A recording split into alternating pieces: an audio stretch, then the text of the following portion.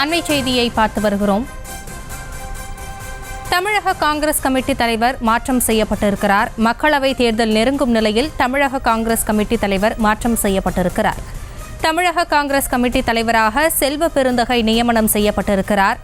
தமிழக காங்கிரஸ் கமிட்டி தலைவராக இருந்த KS அழகிரி மாற்றம் செய்யப்பட்டு செல்வ பெருந்தகை நியமனம் செய்யப்பட்டிருக்கிறார்.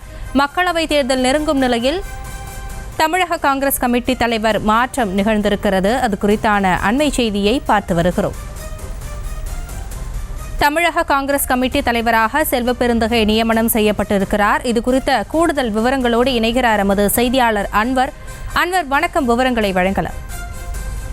வணக்கம் ஹாசினி. தற்போது தமிழக காங்கிரஸ் கமிட்டி தலைவராக செல்வ பெருந்தகை நியமனம் செய்யப்பட்டுள்ளார். குறிப்பாக கடந்த 2019 ஆண்டிலிருந்து தமிழக காங்கிரஸ் கமிட்டி தலைவராக இருந்த வந்த KS அழகிரி தற்பொழுது மாற்றம் செய்யப்பட்டுள்ளார்.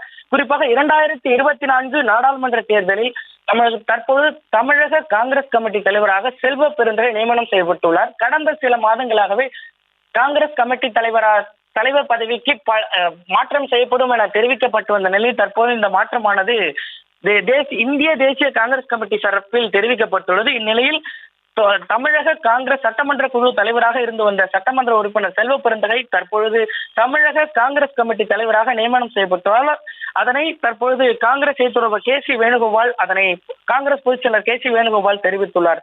தொடர்ந்து 2019 ஆண்டிலிருந்து தொடர்ந்து 5 ஆண்டுகளாக தமிழக காங்கிரஸ் கமிட்டி தலைவராக இருந்த வந்த KS அழகிரி தற்பொழுது மாற்றம் செய்யப்பட்டுள்ளார். இந்நிலையில் 2024 மக்களவை தேர்தலை கருத்தில் கொண்டு தற்பொழுது தமிழக காங்கிரஸ் கமிட்டி தலைவராக தமிழக காங்கிரஸ் சட்டமன்ற குழு உறுப்பினராக இருந்த வந்த செல்வ பெருந்தகை நியமனம் செய்யப்பட்டுள்ளார். தற்பொழுது அந்த வகையில் தமிழக காங்கிரஸ் கமிட்டி சட்டமன்ற குழு தலைவராக தற்பொழுது ராஜேஷ்குமார் நியமனம் செய்யப்பட்டுள்ளார்.